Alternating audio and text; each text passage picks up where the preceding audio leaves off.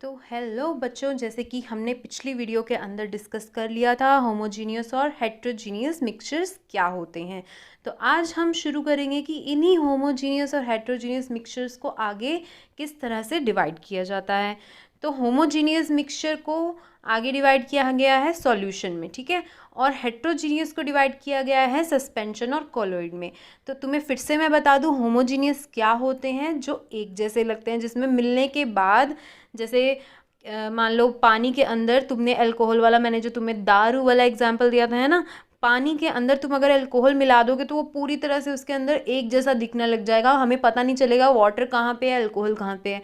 तो वो क्या बन जाएगा, सॉल्यूशन बन जाएगा, ठीक है, वो बिल्कुल होमोजीनियस हो जाएगा। और अगर यही चीज़ दिखाई जाए हेट्रोजीनियस के केस में, तो मतलब हमें उसके अंदर थोड़े थोड़े पार्टिकल्स दिखाई देते हैं, पार्टिकल्स इधर उधर घूमते हुए दिखते हैं, तो उन्हीं को आगे डिवाइड करके सस्पेंशन और कोलॉइडल की फॉर्म में हम पढ़ेंगे। ठीक है, तो स्टार्ट करते हैं आगे हमारे टॉपिक को। तो देखिए, सबसे पहले क्या है, जो तुमने छोटी क्लास में मतलब पिछली क्लासेस में भी ऑलरेडी पढ़ लिया है कि सॉल्यूशन क्या होता है। तो अगर मैं नॉर्मली तुम्हें बताऊं सॉल्यूशन क्या होता है, तो सॉल्यूट और सॉल्वेंट का मिक्सचर, मतलब सॉल्यूट और सॉल्वेंट को जब आप यूनिफॉर्मली मिक्स कर देते हो तो वो हमें क्या देता है, सॉल्यूशन देता है। तो यहाँ आपको दिख रहा होगा ये सॉल्वेंट है, जैसे कि पानी ले लिया हमने और उसमें हमने डाला सॉल्यूट। तो तुम्हें फिर से बता दूं, जो सॉल्वेंट होता है वो हमेशा ज़्यादा अमाउंट में होगा, ठीक है, तो ये हमेशा क्या होगा, मोर। और सॉल्यूट क्या होगा, वो हमेशा क्या होगा, कम अमाउंट में डाला जाएगा, तो वो होता है लेस। तो ज़्यादा सॉल्वेंट और कम सॉल्यूट दोनों को जब मिक्स कर दिया जाता है वो हमें दे देता है सॉल्यूशन, ठीक है। तो जो भी तुम एग्जाम्पल लेना चाहो कुछ भी ले लो, जैसे कि अगर यहाँ पे वाटर है, इसके अंदर तुमने इंक डाल दी, ठीक है, एक ड्रॉप इंक, 2 ड्रॉप इंक, जो भी तुमने डाल दी, तो वो तुम्हें एक सॉल्यूशन, उसी कलर का सॉल्यूशन दे देगा। तो यहाँ पे रंग पे मत जाना मेरे भाई, एग्जाम्पल पे ध्यान देना, ठीक है। So a solution is nothing but a uniform mixture of 2 और मोर सब्सटेंसेस। 2 या 2 से ज़्यादा सब्सटेंसेस को अगर हम मिक्स कर देते हैं यूनिफॉर्मली, वो हमें क्या दे देता है, सॉल्यूशन दे देता है। तो होमोजीनियस मिक्सचर सॉल्यूशन ही होते हैं, ये आपको उसने बता दिया। ये बात ध्यान रखना कि होमोजीनियस मिक्सचर क्या है, सॉल्यूशंस ही होते हैं, ठीक है। तो चलिए बढ़ते हैं आगे। आगे आपको मैं कुछ और एग्जांपल्स दिखाने जा रही हूँ कि जब हम क्या करें कि सॉल्वेंट भी लिक्विड ले लें और सॉल्यूट भी अगर लिक्विड ले लें, तो उसका एक एग्जांपल जो अभी मैंने तुम्हें ऊपर बताया, वाटर और इंक का, ठीक है। तो मैं वाटर और इंक दोनों को ले लूँगी। वाटर अगर मैंने ज़्यादा अमाउंट में ले लिया वो हो गया सॉल्वेंट, उसमें थोड़ी सी मैंने इंक डाली वो हो गई सॉल्यूट, ये ड्रॉप के फॉर्म में सॉल्यूट। तो इससे जो सॉल्यूशन हमारे पास बनेगा वो लिक्विड इनटू लिक्विड वाला फॉर्म हो गया। अच्छा, ऐसे ही अगर मैं सेकंड की बात करूँ, सेकंड पे क्या दिख रहा है तुम्हें, सॉलिड इनटू सॉलिड। सॉलिड और सॉलिड कैसे मिक्स होते हैं भाई, होते हैं बिल्कुल जब हम एलॉयज बनाते हैं, ठीक है। कैसे बनाते हैं, अलग अलग तरह के मेटल्स को लेकर उनको हाई टेम्परेचर पे मेल्ट करके उनको जोड़कर एक एलॉय की फॉर्म दी जाती है। जैसे कार के अंदर एलॉय व्हील्स होते हैं, ये सब इसी फॉर्म में बनाए जाते हैं। तो सॉलिड इनटू सॉलिड हो गया एग्जांपल। अच्छा, और नेक्स्ट क्या है, gas into gas. Gas into gas की तो बहुत ही इजी एग्जांपल है एयर। हमारे आसपास एयर है, इसमें कितनी तरह की गैसेस मिक्स हैं, तो ये एयर क्या है, गैस इनटू गैस का एग्जांपल हो गया। जैसे कि आपको यहाँ पे ऑक्सीजन भी मिलेगी, कार्बन डाइऑक्साइड भी मिलेगी, नाइट्रोजन भी मिलेगी, तो ये सारे क्या हैं, गैस इनटू गैस, मतलब मिक्स हुए हुए हैं, और वो मिक्स होकर क्या कहलाते हैं, एयर कहलाते हैं। अच्छा, ऐसे ही अगर मैं बात करूँ सॉलिड इनटू लिक्विड, बहुत आसान है। लिक्विड लेना है हमने ज़्यादा अमाउंट में, ठीक है, वो हो गया सॉल्वेंट, और उसमें कोई जो सॉल्यूट आप डाल रहे हो वो कौन सी फॉर्म में होना चाहिए, सॉलिड फॉर्म में, ठीक है। तो बहुत आसान एग्जांपल, वाटर ले लो आप यहाँ पे सॉल्वेंट, और शुगर को ले लो यहाँ पे आप सॉल्यूट, तो ये क्या हो जाएगा, सॉलिड इनटू लिक्विड का एग्जांपल। इसी तरह से अगर मैं बात करूँ सॉलिड इनटू गैस, तो आपको यहाँ पे दिख रहा होगा हाइड्रोजन एंड मेटल्स लिख दिया। तो यहाँ पे एक हाइड्रोजन क्या है, एक गैस है, और उसके साथ मेटल जो है वो क्या है, सॉलिड है। तो इसके बहुत सारे आपको एग्जाम्पल मिल जाएंगे सॉलिड के साथ गैस जुड़ी हुई के, ठीक है। फॉर एग्जाम्पल अगर मैं बात करूँ सोडियम हाइड्राइड, ठीक है, सोडियम मतलब Na, उसके साथ हाइड्रोजन जब जुड़ जाती है तो वो सोडियम हाइड्राइड बना देती है। ऐसे ही बहुत सारे मेटल्स के साथ हाइड्रोजन जुड़ जाती है। तो ये हो गया सॉलिड इनटू गैस का एग्जांपल। अच्छा, लास्ट क्या है यहाँ पे, liquid into gas. Liquid into gas, तो आप इसका क्या एग्जांपल ले सकते हो कि आपके पास गैस क्या है, ज़्यादा अमाउंट में है, उसके अंदर क्या है, लिक्विड है। तो ये बिल्कुल आसान, अगर आप ये भी कह सकते हो कि बारिश आ रही है ना, उसमें आसपास गैसेस भी हमारे आसपास मौजूद होती हैं, तो ये भी एक एग्जांपल हो गया। कार्बन डाइऑक्साइड एंड वाटर, ये कौन सा एग्जांपल हो गया, कार्बोनेटेड जो ड्रिंक्स बनते हैं। अगर इसका मैं उल्टा कर दूं कि ज़्यादा अमाउंट में लिक्विड है, उसके अंदर कार्बन डाइऑक्साइड डाली जाएगी, तो वो गैस इनटू लिक्विड हो जाएगा। ठीक है, तो ये सारे के सारे आपको यहाँ पे एग्जांपल्स जो हैं दे दिए गए हैं।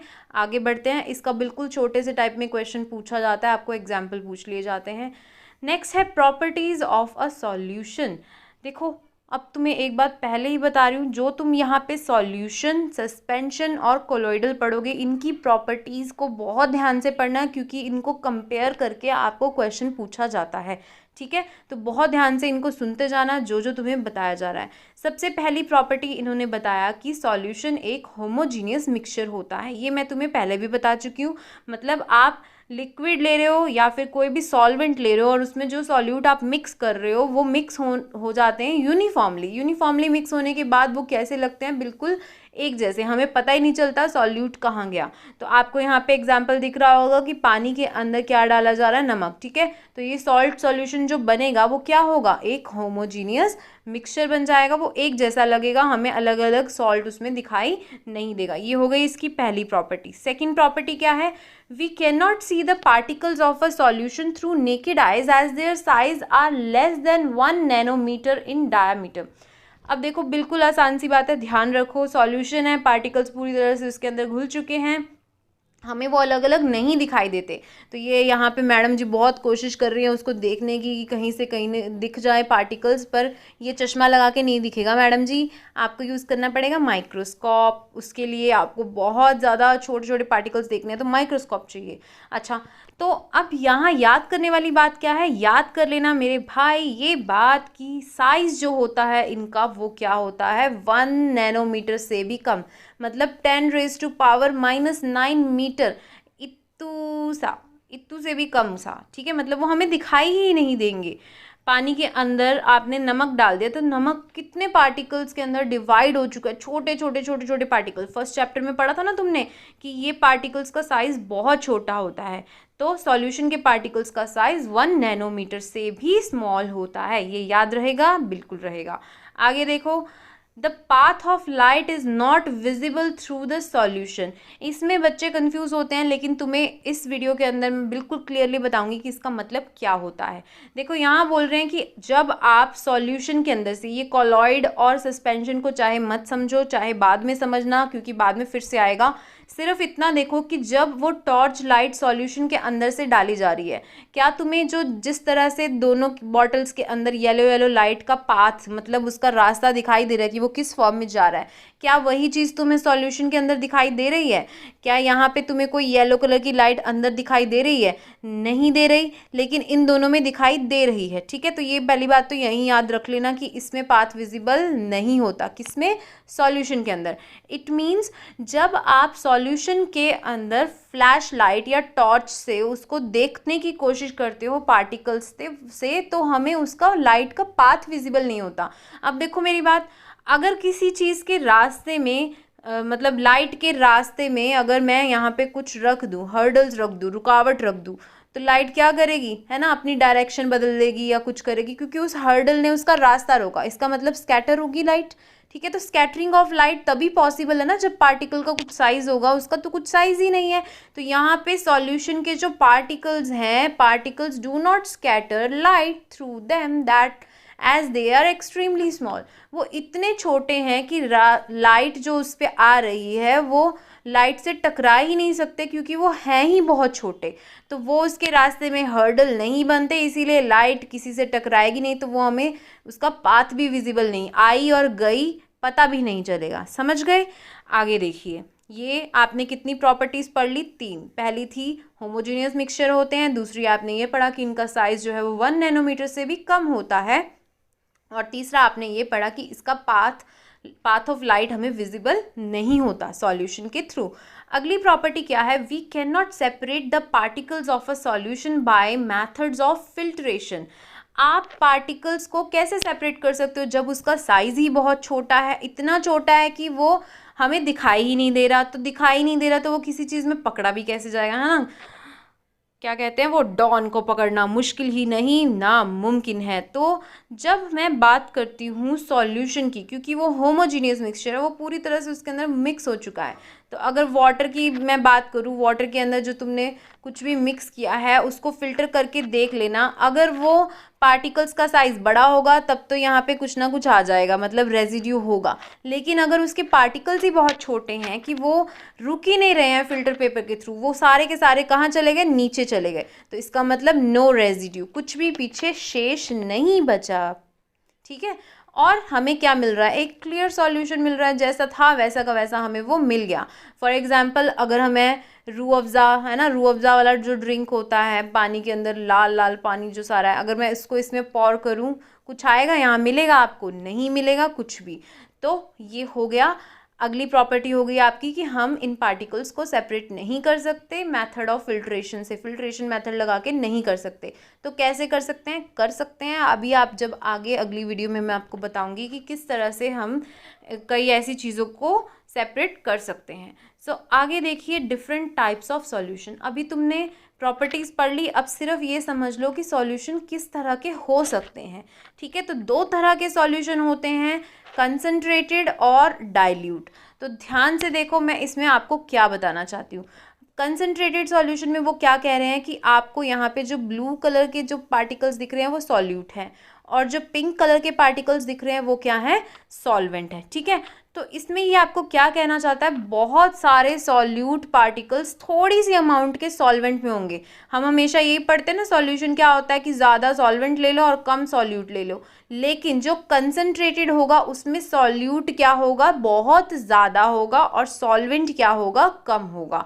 जैसे कि हमारी लैब के अंदर कंसनट्रेटेड एसिड होती है ना, जिसको कहती है मैम, क्या कहती है कि इसको आपने टच नहीं करना है विदाउट माय परमिशन। समझ गए बेटा। तो वो क्यों बोलते हैं, क्योंकि कंसनट्रेटेड एसिड जो होती है बहुत ज़्यादा स्ट्रॉन्ग होती है, वो हमारी स्किन को बर्न कर सकती है अगर बाय मिस्टेक उसकी एक भी ड्रॉप हमारे ऊपर आ जाएगी। तो हमने क्या कहना है कि जो कंसनट्रेटेड होगा वो क्या होगा, उसमें सॉल्यूट के पार्टिकल्स फुल अमाउंट में, बहुत ज़्यादा अमाउंट में होंगे, और सॉल्वेंट क्या होगा, कम होगा। अच्छा, इसी तरह से अगर तुम्हें ये जो चीज़ दिख रही है, ये डार्क डार्क कलर की दिख रही है ना, notice how dark solution appears, ये लिखा है ना उन्होंने। अच्छा, अगर मैं क्या कर दूं, इसी के अंदर पानी डाल दूं बहुत सारा, अब क्या होगा, इसका जो डार्क कलर है वो ऐसा हो जाएगा, लाइट कलर का। तो इसका मतलब आपने उस सॉल्यूशन को क्या कर दिया है, डाइल्यूट कर दिया है। सो नाउ सॉल्यूशन का जो कलर है वो थोड़ा सा लाइट हो गया। इसका मतलब हमने वहाँ पे सॉल्वेंट जो यहाँ लिया था ना, सॉल्वेंट, अब सॉल्वेंट बढ़ा दिया, सॉल्यूट उतने ही है लेकिन सॉल्वेंट को क्या कर दिया, बढ़ा दिया। तो इसका छोटा सा एग्जाम्पल लो, घर में जो तुम रसना के पाउच पानी के अंदर डालोगी, ये तुमने पानी मान लो आधा ग्लास लिया, उसमें तुमने रसना का पाउच डाल दिया थोड़ा सा, ठीक है। अब तुम चाहते हो कि इसमें अभी थोड़ा सा ज़्यादा खट्टा लग रहा है या बहुत मीठा, तो तुम उसमें पानी डालोगे। इसका मतलब तुमने पहले कंसनट्रेटेड वाली चीज़ थी उसको तुमने क्या कर दिया है, डाइल्यूट कर दिया, तुमने उसमें पानी और डाल दिया है। आई होप ये चीज़ समझ में आ गई होगी। अब देखिए आगे। अच्छा, तो और दो तरह के सॉल्यूशन, यार मैम बड़ा धोखा करते हो आप, पहले कहते हो बस ये पढ़ लो फिर और भी दिखा देते हो, तो ये आसान है, टेंशन लेने की कोई बात ही नहीं है। तो अनसैचुरेटेड सॉल्यूशन और सैचुरेटेड सॉल्यूशन बहुत आसान है, ध्यान से समझो। अनसैचुरेटेड में क्या बोला है इसने कि मोर सॉल्यूट डिजॉल्व।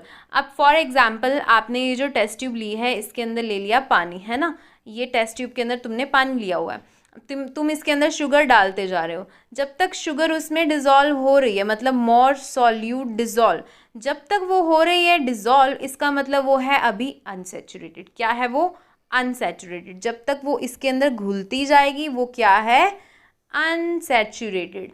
लेकिन जब नो मोर सॉल्यूट डिजॉल्व, अब क्या होगा, देखो जैसे इसमें ये चीनी डाल रहे हैं लेकिन ये चीनी घुलने की बजाय नीचे बैठ गई है, अब वो डिजॉल्व होनी क्या हो गई है, बंद हो गई है, तो वो क्या हो चुका है, सैचुरेटेड। ठीक है, ये क्या बन गया है, सैचुरेटेड। तो सैचुरेटेड हो गया, इसका मतलब अब हम इसमें और चीनी नहीं डाल सकते हैं। लेकिन केमिस्ट्री में सब पॉसिबल है, बहुत बहुत सारे इधर उधर की ट्रिक्स निकाल के उसको फिर से घोला जा सकता है। तो सबसे पहले बस ये दो टर्म्स समझो। अनसैचुरेटेड सॉल्यूशन मतलब जिसमें अभी भी सॉल्यूट डिज़ोल्व हो सकता है, लेकिन सैचुरेटेड सॉल्यूशन का मतलब क्या है, जिसमें अब सॉल्यूट और डिज़ोल्व नहीं होगा। क्लियर? आगे देखो, effect of temperature on solubility. अभी मैंने तुम्हें बताया था केमिस्ट्री में सब पॉसिबल है। जो ये तुमने अभी देखा कि जो अनसैचुरेटेड सॉल्यूशन है, मतलब जिसके अंदर अब और डिज़ोल्व नहीं होंगे सॉल्यूट पार्टिकल्स, तो उसको कैसे और डिज़ोल्व किया जा सकता है। तो सॉल्युबिलिटी पे क्या इफेक्ट होता है टेम्परेचर का। अब यही जो तुमने ऊपर जो एग्जाम्पल लिया कि वाटर के अंदर तुमने शुगर डाली है, अगर तुम चाहते हो कि वो शुगर जो डिज़ोल्व होनी बंद हो गई है वो फिर से डिज़ोल्व होनी शुरू हो जाए, तो क्या होगा, टेम्परेचर करना होगा इंक्रीज़। जैसे मम्मी से पूछना घर पे जब वो चाशनी बनाती है ना, जलेबी, हाँ जलेबी का नाम लेते ही मुंह में पानी आ रहा है। अब जलेबी पे डाली क्या जाती है, चाशनी। तो चाशनी कैसे बनती है, तो मम्मी से पूछना चाशनी कैसे बनती है। मम्मी क्या करती हैं, एक बर्तन लेती हैं, उसमें डालती हैं पानी, इस पानी के अंदर फिर वो डालती हैं बहुत सारी चीनी। ठीक है, चीनी को पहले तो अगर आप नॉर्मल घोलोगे वो घुल जाएगी, लेकिन मम्मी को चाहिए बहुत ज़्यादा मीठा। अब वो नीचे से चला देंगी गैस, अब वो चीनी इसमें घुलती जाएगी, फिर घुलती जाएगी, फिर घुलती जाएगी, जितनी तुम्हें गाढ़ी वो चाहिए। आप मम्मी से पूछना कैसे बनाते हैं, तुम्हें बताएंगी वो। तो वो पानी के अंदर, उसी पानी के अंदर बार बार चीनी जो डाल डाल के हम उसको घोलते जा रहे हैं, वो क्या है, हम उसकी सॉल्युबिलिटी को इंक्रीज़ कर रहे हैं। ठीक है, वैसे चीनी इतनी ज़्यादा सॉल्युबल नहीं थी जितनी अमाउंट हमने चीनी की ले ली थी, पर टेम्परेचर ने अपना कमाल दिखा दिया। टेम्परेचर ने क्या कर दिया, सॉल्युबिलिटी को इंक्रीज कर दिया। ठीक है, तो solubility increases with temperature for many solids dissolved in liquid. ठीक है, लिक्विड वाटर मतलब बहुत सारे सॉलिड्स जिसमें लिक्विड, जो लिक्विड वाटर के अंदर डाले जाते हैं, उनकी सॉल्युबिलिटी इंक्रीज करने के लिए हमें क्या करना पड़ता है, टेम्परेचर को इंक्रीज करना पड़ता है। इसी तरह से उसका वाइस वर्सा अगर हम बोलें, मतलब उल्टा अगर हम बात करें, तो सॉल्युबिलिटी डिक्रीज भी होती है। अच्छा, अब यही जो चाशनी मम्मी ने बनाई है ना, उनको बोलो फ्रिज में रख दो, तो फ्रिज में तुम जब रखोगे ना उसको, तो तुम्हें वही जो चाशनी पहले बहती हुई ऐसे अच्छी अच्छी सी दिख रही थी ना, अब उसमें ऊपर ऊपर क्या आ जाएंगे, ऐसे ऐसे जमी जमी जमी जमी सी चीनी आ जाएगी। ठीक है, तो मतलब चीनी के क्रिस्टल्स हमें फिर से दिखाई ले देने लग जाएंगे, क्योंकि उसकी जो सॉल्युबिलिटी थी, जो पहले बढ़ गई थी टेम्परेचर बढ़ाने से, अब टेम्परेचर को घटाने से क्या हो जाएगी, सॉल्युबिलिटी डिक्रीज हो जाएगी। ठीक है, मैं यहाँ पे गैसेस की बात नहीं कर रही हूँ, मैं सॉल्युबिलिटी इन्हीं सॉलिड्स की बात कर रही हूँ जो हमने टेम्परेचर के इंक्रीज से बताई थी। तो डिक्रीज से भी बता रही हूँ कि डिक्रीज से क्या होगा, चीनी तुम्हें जमी जमी ऊपर दिखाई देगी। अच्छा, अगर मैं बात करूँ गैसेस की, गैसेस के केस में क्या होगा, the solubility of a gas decreases as the temperature increases. यही चीज़ जो सॉलिड के केस में थी, अब गैस के केस में क्या होगा, उल्टा होगा। आप किसी भी कंटेनर के अंदर जहाँ पे गैस फिल की है तुमने, जो कि उसके अंदर घुली हुई थी, ठीक है, जो भी आपके पास सॉल्वेंट था, अगर हम उसका टेम्परेचर इंक्रीज कर देंगे तो उसकी सॉल्युबिलिटी क्या होगी, डिक्रीज हो जाएगी। अब इसका बहुत आसान एग्जाम्पल, जो आप ये सॉफ्ट ड्रिंक्स लेते हो, है ना, जो क्या होती हैं, जिसमें फुल गैस भरी होती है, अगर मैं उसको क्या कर दूँ, उसकी जो ढक्कन है उसको खोल दूँ, या उसको बॉटल को खोल कर, या बॉटल को अगर हम टेम्परेचर ज़्यादा दे दे, धूप में रख दे, तो उसमें क्या होता है, गैसेस उसमें रुक नहीं पाती हैं, गैसेस भागने की कोशिश करेंगी, इसकी सॉल्युबिलिटी हटने, मतलब सॉल्युबिलिटी डिक्रीज होनी शुरू हो जाती है, वो बाहर की तरफ भागने की कोशिश करती हैं। So these were the effect of temperature on solubility.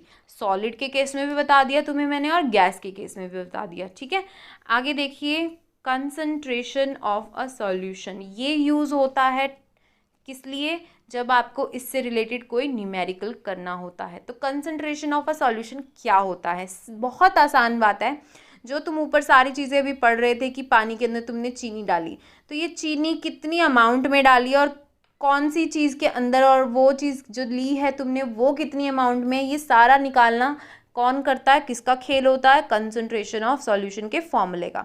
ठीक है, तो पढ़ो इसको, क्या लिखा है इसमें, the concentration of solution is the amount of solute present in a given amount of solution. ये जो मास और वॉल्यूम है, ये बताऊंगी दो तरह से फॉर्मूले जो इसके यूज होंगे उसके लिए बोला गया। तो कंसंट्रेशन ऑफ सॉल्यूशन निकालना है, मतलब उस सॉल्यूशन के अंदर जो भी तुम्हारे पास, मान लो ये पानी के अंदर चीनी घुला हुआ पानी है सारा, ठीक है, पानी के अंदर चीनी घुली हुई है, इसकी क्या कंसंट्रेशन है, तुमसे वो पूछेंगे।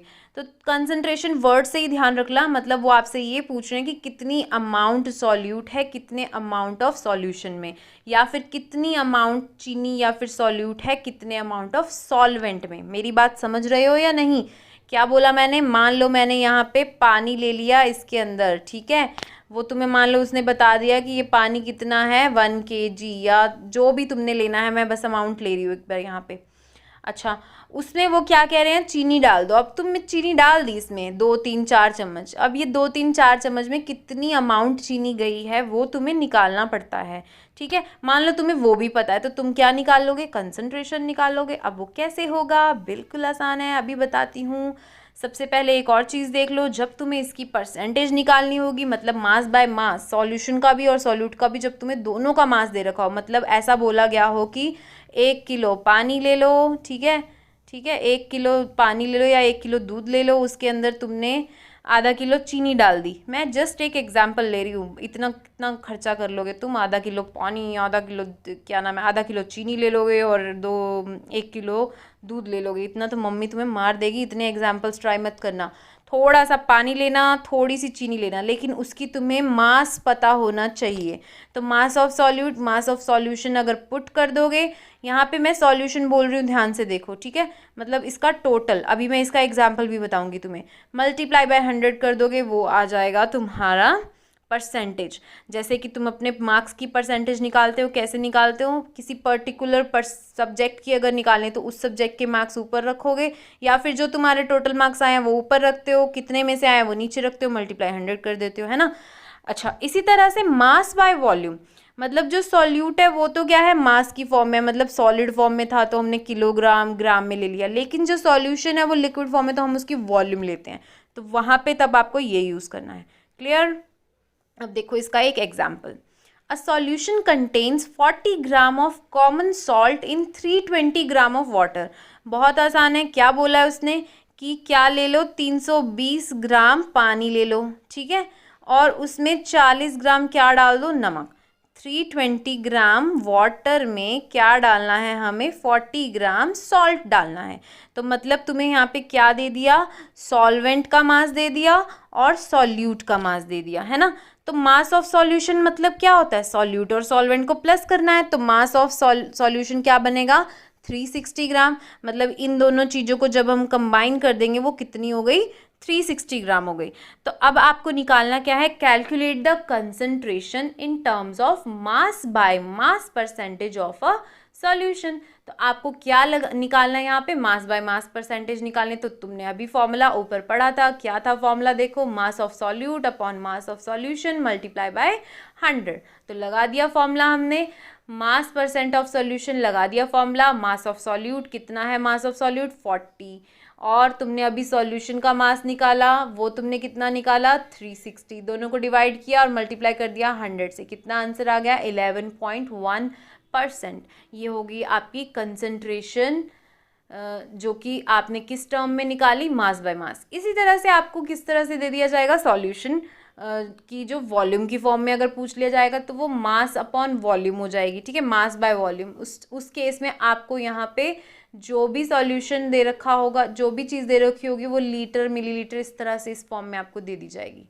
आगे देखिए सस्पेंशन। तुमने अभी तक सारा किसके बारे में पढ़ा था, सॉल्यूशन के बारे में। सॉल्यूशन क्या होता है, सॉल्यूशन की प्रॉपर्टीज़ क्या हैं और सॉल्यूशन के टाइप्स क्या हैं, कंसंट्रेशन कैसे निकाली जाती है सॉल्यूशन की। अब पढ़िए सस्पेंशन क्या है, ठीक है, सस्पेंड नहीं करना, सस्पेंशन बताना है क्या होता है।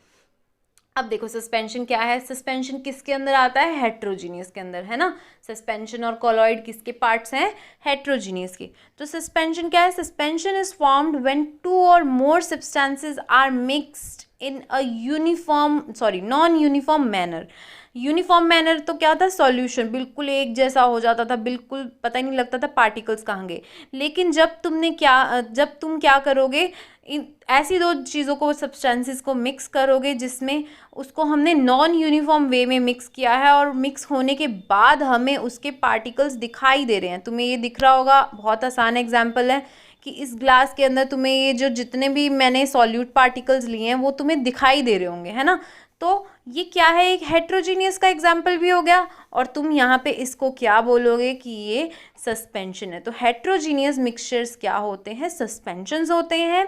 Heterogeneous mixtures are suspensions. Okay, that solute does not mix, solute जो है वो सॉल्वेंट में मिक्स ही नहीं होता है। The solute does not mix with the solvent and can be viewed through the naked eyes. और इसको हम आसानी से बिना किसी माइक्रोस्कोप की हेल्प से या चश्मे की हेल्प से भी, शायद जिसको चश्मा लगा है उसकी बात अलग है, लेकिन कोई स्पेसिफिक चश्मा लेकर आने की ज़रूरत नहीं है, आपको नॉर्मली भी वो दिखाई देगा कि उसके अंदर पार्टिकल्स घुले ही नहीं है, वो हमें दिखाई दे रहे हैं आराम से। तो चलिए अब पढ़ते हैं इसकी प्रॉपर्टीज़ क्या है। जैसे तुमने अभी सॉल्यूशन की प्रॉपर्टीज़ पढ़ी थी, अब पढ़ोगे तुम सस्पेंशन की। इसकी पहली 3 प्रॉपर्टी मैंने एक ही साथ लिखी हैं, जिसको तुम ऊपर कंपेयर भी कर सकते हो, जो तुमने पहले पढ़ी थी सॉल्यूशन की। ठीक है, तो फर्स्ट प्रॉपर्टी क्या कहती है, it is a heterogeneous mixture. उसमें क्या बोला था, वो होमोजीनियस मिक्सचर होता है। ये क्या है, एक हेट्रोजीनियस मिक्सचर है। अच्छा, क्यों है हेट्रोजीनियस, क्योंकि हमें पार्टिकल्स आसानी से दिखाई दे रहे हैं घूमते हुए अंदर। अच्छा, फिर सेकंड प्रॉपर्टी ये क्या कह रहा है कि we can see the particles of suspension through naked eyes, हम आराम से उसको बिना किसी चीज़ की हेल्प से अपनी आंखों से देख सकते हैं। लेकिन सॉल्यूशन को आप नहीं देख सकते थे, सॉल्यूशन के पार्टिकल्स को, क्योंकि उनका जो साइज था वो क्या था, 1 नैनोमीटर से भी कम है। लेकिन इनके पार्टिकल्स का साइज क्या है, मोर देन 1000 नैनोमीटर। समझ गए मेरी ये बात। तो इनका पार्टिकल्स का साइज बड़ा होता है, इस वजह से वो हमें दिखाई देते हैं। अगली प्रॉपर्टी क्या है, we can see the path of light through the particles of suspension.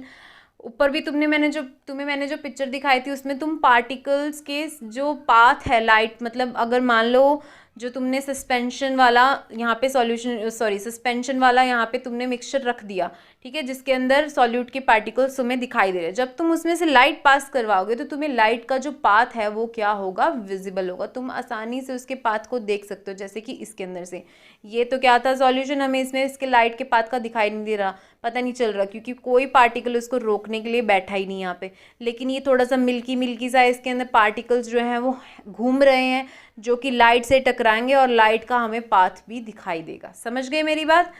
आगे देखिए, अगला क्या है, the particles of suspension tend to settle down when left undisturb, then they can be separated using filtration.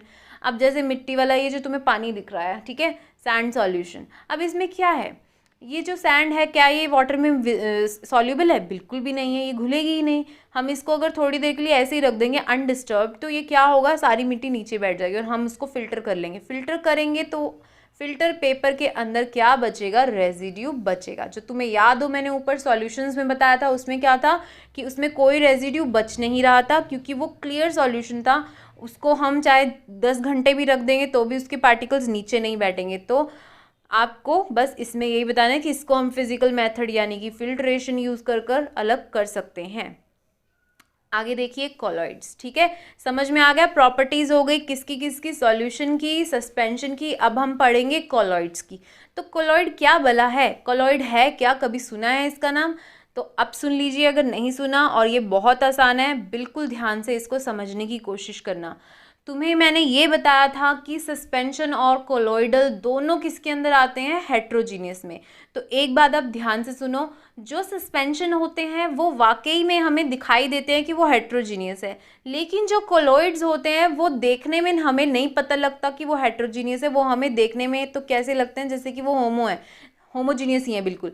जैसे कि ये पेंट के boxes तुम्हें दिखाई दे रहे हैं, है ना, इसमें जो पेंट है, क्या ये पेंट के अंदर कोई पार्टिकल हमें अलग अलग दिखाई दे रहे हैं, नहीं दिखाई दे रहे। इट मीन्स ये अपीयर तो कैसे होते हैं, होमोजीनियस मिक्सचर में, पर ये होते नहीं हैं।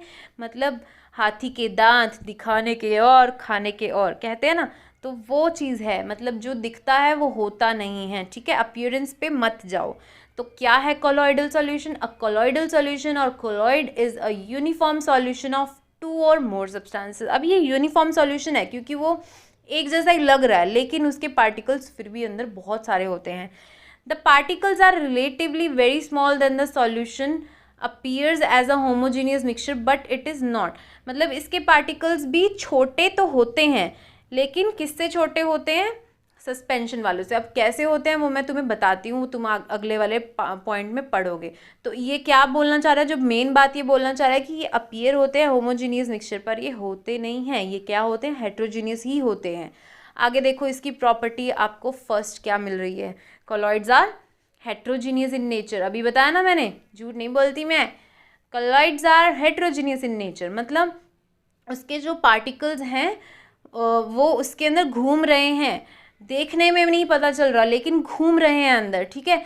अच्छा, particles of colloid can not be seen through naked eyes. अब देखो फिर इसने यहाँ पे एक और पंगा ले लिया, ये चीज़ सेम उसने किसके केस में बोली थी, सॉल्यूशन के केस में, है ना, लेकिन ये तो सॉल्यूशन नहीं है, ये क्या है, ये तो कॉलॉइड है। अब देखो तुम्हें मैं बता रही हूँ जो बात वो ध्यान से सुनो। हाँ, माना ये हेट्रोजीनियस है, जैसे कि ये मिल्क रखा है सामने, ठीक है।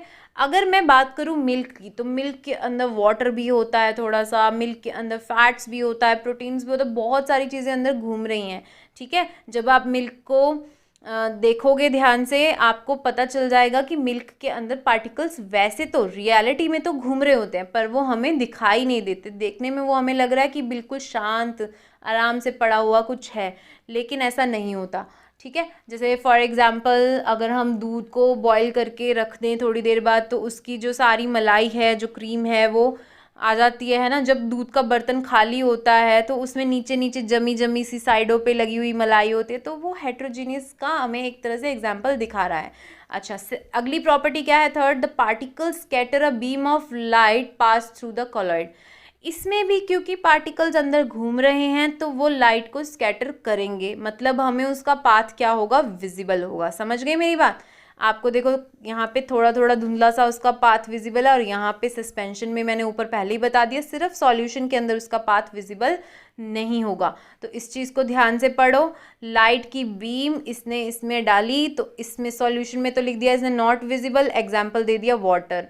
कॉलॉइड के अंदर लिख दिया कि विजिबल होती है लाइट की बीम, और एग्जाम्पल दे दिया मिल्क। और सस्पेंशन के अंदर भी यही लिख दिया कि विजिबल होती है, और एग्जाम्पल क्या दे दिया, आटा और पानी का जो मिक्सचर होता है ना, वो एग्जाम्पल दे दिया। तो ये तीनों एग्जाम्पल्स उसने दिए हैं आपके लिए।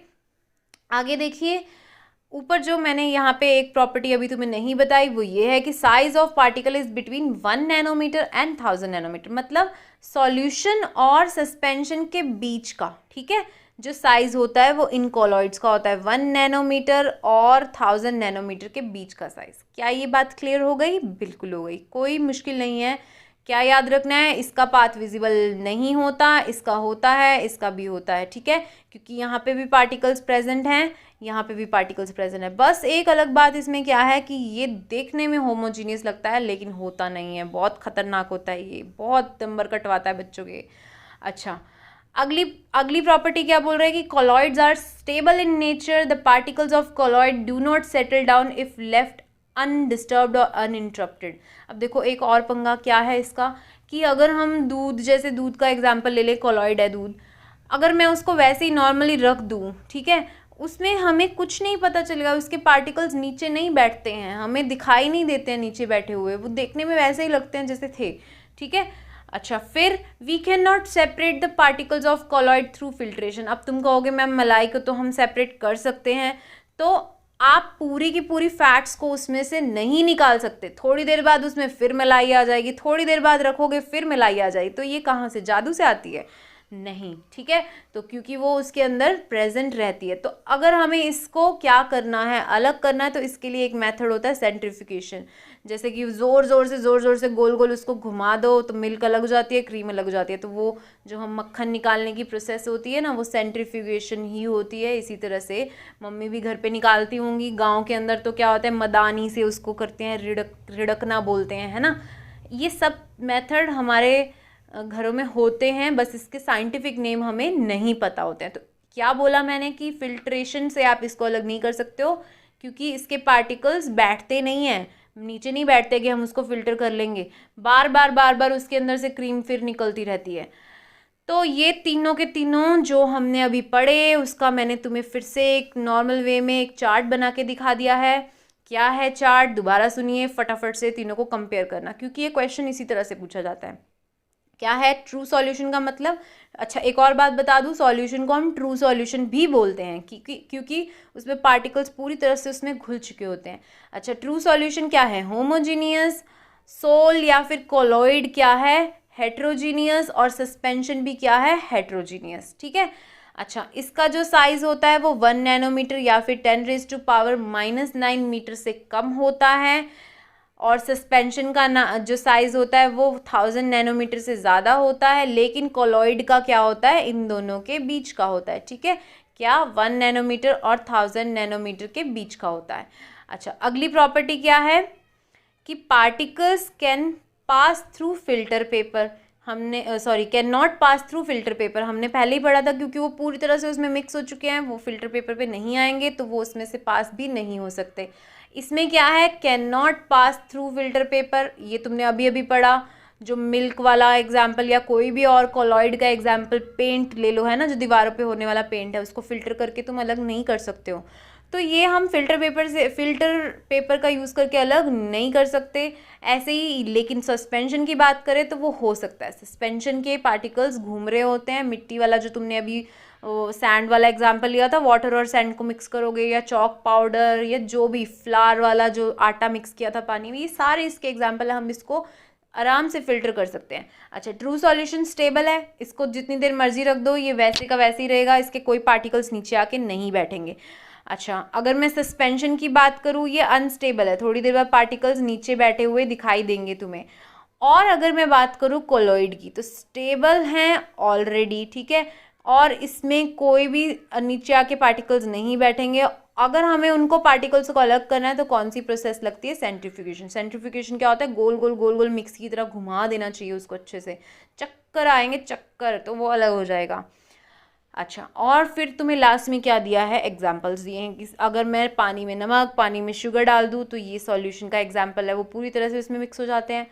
मिल्क और फॉग, फॉग मतलब धुंध, है ना, तो ये किसके एग्जाम्पल हैं, कोलॉइड के, जो देखने में तो क्या लगता है होमोजीनियस, लेकिन होता नहीं है, क्योंकि धुंध के अंदर मिट्टी, ये वो कितनी अटरम पटरम चीज़ें मिलेंगी। लेकिन सस्पेंशन का एग्जाम्पल दें तो सस्पेंशन में हम आराम से पार्टिकल्स को देख सकते हैं। तो मडी वाटर, चॉक और water, smoke in the air, ये सब क्या है, सस्पेंशन के एग्जाम्पल्स हैं। आ गई बात समझ में?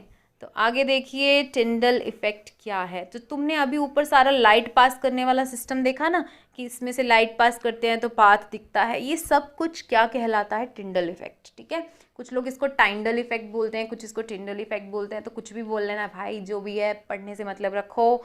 क्या है, when a beam of light is pass through a colloid, the particles of colloid scatter the beam of light and we can see the path of light in the solution। जब आप किसी भी कोलॉइडल सॉल्यूशन के अंदर से light pass करवाते हो और वो उसके पार्टिकल्स अगर लाइट को क्या कर दे, स्कैटर कर दे, तो हमें उसका पाथ दिखाई देने लग जाता है। तो वो तुमने ऊपर दो चीज़ों में देखा था। एक और एग्जाम्पल इन्होंने तुम्हें दिया कि तुम अगर किसी बंद कमरे में खिड़की या रोशनदान से लाइट को आते देखो तो उसका तुम्हें पाथ क्यों विजिबल है, तो वो इसलिए विजिबल है क्योंकि यहाँ के डर्ट के पार्टिकल्स हैं बहुत सारे, वो लाइट उस डर्ट के पार्टिकल से टकराती है और वो हमें पाथ भी विजिबल करवाती है। तो ये जितना भी पाथ लाइट का विजिबल है वो किस वजह से, क्योंकि डर्ट के पार्टिकल्स घूम रहे हैं वो बंद कमरे के अंदर। समझ गई मेरी बात? अच्छा, ऐसे ही अगर तुम फॉरेस्ट के अंदर जाओ तो तुम्हें वहाँ पे भी दिखाई देगा, फॉरेस्ट में कह रही हूँ, या फिर वैसे ही तुम देख लो कि थोड़ा सा सूरज की रोशनी के हमें लाइन बनती हुई इसी तरह से जैसे इसमें बनती हुई दिखाई दे रही है, वो क्यों होता है, आसपास डर्ट के पार्टिकल्स प्रेजेंट होते हैं। So this is all because of Tyndall effect. ठीक है, scattering of light, scattering of light होती है, पार्टिकल्स के साथ टकराने की वजह से वो स्कैटर हो जाती है और वो हमें उसका पाथ दिखने लग जाता है। क्या ये बात क्लियर हो गई? अब आते हैं हमारे आज के लास्ट टॉपिक पे, और इससे पहले मैं तुम्हें बता दूं, इंग्लिश बाबा चैनल को सब्सक्राइब नहीं किया है तो कर लेना, और हमारा नंबर नोट कर लो 8059041145, 8059041145। तो क्लासिफिकेशन ऑफ कॉलॉइड्स के अंदर हम पढ़ रहे हैं सबसे पहले जो यहाँ लिखा है लिक्विड और गैस। तो मैं तुम्हें बता दूँ, पहले तो डिस्पर्स्ड फेज के नीचे ये सारी जो चीज़ें लिखी हैं और डिस्पर्सिंग मीडियम के नीचे ये जो सारी चीज़ें लिखी हैं। डिस्पर्स्ड फेज है कम अमाउंट में, मतलब ये हो गए सॉल्यूट। क्या हो गए? सॉल्यूट। ठीक है, जो कम अमाउंट में है। और डिस्पर्सिंग मीडियम होता है ज़्यादा अमाउंट में, तो ये क्या कहलाएंगे? सॉल्वेंट। समझ गए मेरी बात? ज़्यादा अमाउंट में है वो डिस्पर्सिंग मीडियम, कम अमाउंट में है वो डिस्पर्स्ड फेज।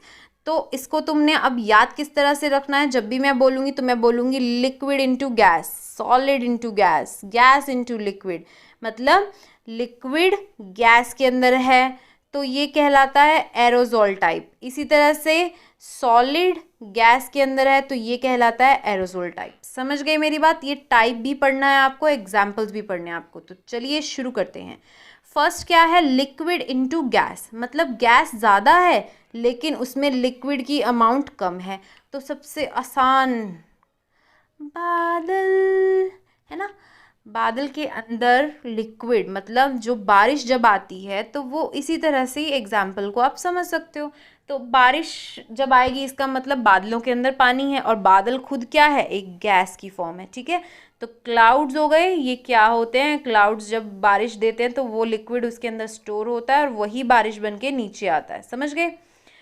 ये हो गया। ऐसे ही फॉग, जो धुंध है, जब तुम सर्दी में निकलते हो तो तुम्हें गीला गीला सा लगता है, फेस के ऊपर कपड़े भी गीले हो जाते हैं, वो लिक्विड उसके अंदर प्रेजेंट है, किसके अंदर, गैस के अंदर, ठीक है। ऐसे ही आपको अगला एग्जाम्पल ध्यान रखना है, वो अगला जो टाइप है वो देखना है, वो क्या है, सॉलिड इनटू गैस, ठीक है। गैस के अंदर सॉलिड के पार्टिकल्स, ये भी एरोजोल होता है। एरो वर्ड का मतलब यहाँ से इसी तरह से अंदाज़ा लगा लो, एयर, है ना, एयर से एरो याद हो जाएगा, और एयर गैस का पार्ट है। तो इसका एग्जाम्पल क्या हो गया, स्मोक, धुआं। जो तुम, अच्छा धुआं से याद आया, ये धुआं धुआं सा रहने दो, मुझे दिल की बात कहने दो। तो मेरे दिल की बात है ये कि स्मोक का मतलब होता है धुआं, और धुएं में हमारा हाथ काला हो जाता है। कैसे काला हो जाता है? ये जो धुआं है ऑब्वियसली ये गैस है, लेकिन जो हमारे हाथ पे ब्लैक ब्लैक अगर इसने निशान डाला तो वो सॉलिड है, ठीक है। तो गैस के अंदर सॉलिड के पार्टिकल्स स्मोक में होते हैं। ऐसे ही ऑटोमोबाइल एग्जॉस्ट, मतलब जो ये कार स्कूटर के पीछे से धुआं निकल रहा होता है ना, ये क्या होता है सारा, ये सब कुछ गैस और सॉलिड इनटू गैस का एग्जाम्पल हो गया। वो भी काला काला सा धुआं और ग्रे सा धुआं छोड़ते जाते हैं। हो गया ये एग्जाम्पल। अच्छा, अगला क्या है, गैस इनटू लिक्विड। अब लिक्विड के अंदर गैस है, लिक्विड के अंदर क्या है, गैस है। तो यहाँ पे लिक्विड ज़्यादा है लेकिन गैस कम है, तो इसका टाइप होता है फोम। और ये हो गया एग्जाम्पल शेविंग क्रीम का। तो शेविंग क्रीम मतलब ये पूरी झाग झाग सी जो बन जाती है, वो फॉर्म का एग्जाम्पल हो गया। तो वो उसमें बबल्स फिल हो रहे हैं, वो गैस है, और लिक्विड फॉर्म में वो हमारे पास होता है। क्लियर? अगला क्या है आपके पास, लिक्विड इनटू लिक्विड। ये क्या है, लिक्विड इनटू लिक्विड, मतलब लिक्विड के अंदर लिक्विड मिक्स है, तो वो इमल्जन कहलाएगा। क्या कहलाएगा, इमल्जन, ठीक है, ये याद रखना, इमल्जन कहलाएगा। अच्छा, इसका एग्जाम्पल तुम्हें उसने दे दिया मिल्क, मिल्क के अंदर वाटर भी होता है, और मिल्क के अंदर क्या होता है, मिल्क भी होता है है ना। ऐसे ही अगला एग्जाम्पल है फेस क्रीम। फेस क्रीम भी लिक्विड ही है, वो जेल की फॉर्म में उसको थोड़ा सा गाढ़ा करके बना के डाल देते हैं। ऐसे ही पेंट भी होता है, पेंट जो डब्बे आते हैं पेंट के, ये सब इमल्जन के एग्जाम्पल हो गए। क्लियर? अगला क्या हो गया, solid into liquid. Solid into liquid मतलब लिक्विड ज़्यादा है और सॉलिड कम है, तो ये क्या कहलाता है, सोल। क्या कहलाता है, सोल।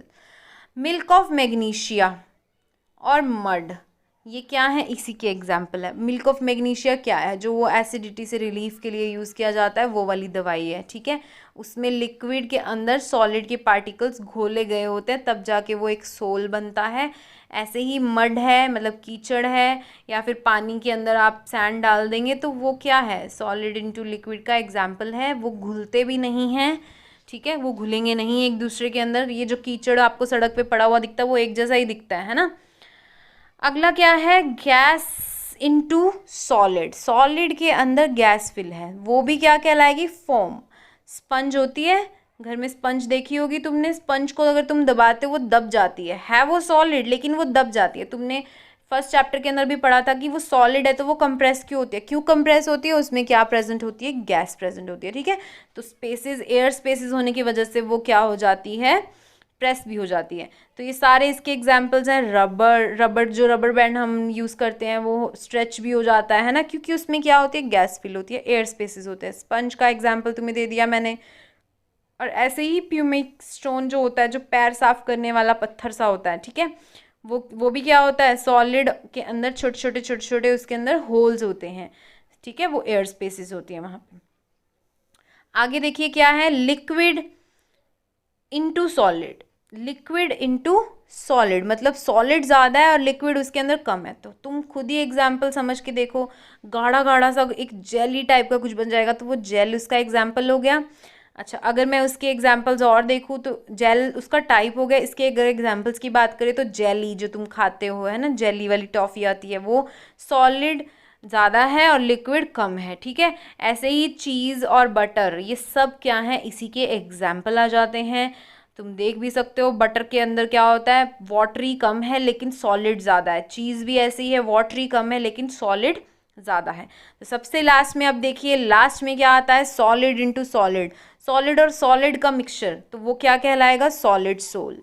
समझ गए, सॉलिड सोल कहलाएगा। तो इसके एग्जाम्पल्स हो गए कलर्ड जेमस्टोन्स, ये जो सुंदर सी रिंग हमारे हाथों में होती है, अच्छे अच्छे से रंगों वाले जो स्टोन्स होते हैं, ये सब इसी के ही एग्जाम्पल होते हैं। नेक्स्ट क्या है, मिल्की ग्लास। ठीक है, तो ये जो तुम्हें शीशे दिखाई देते हैं ना अलग अलग कलर के, वो मिल्की ग्लास, ये इसी का ही एग्जाम्पल होता है। तो चलिए आज इतना ही, अगले वीडियो में मिलेंगे, लास्ट वाले टॉपिक्स पूरे कवर कर देंगे हम। तो बाय बाय, टेक केयर।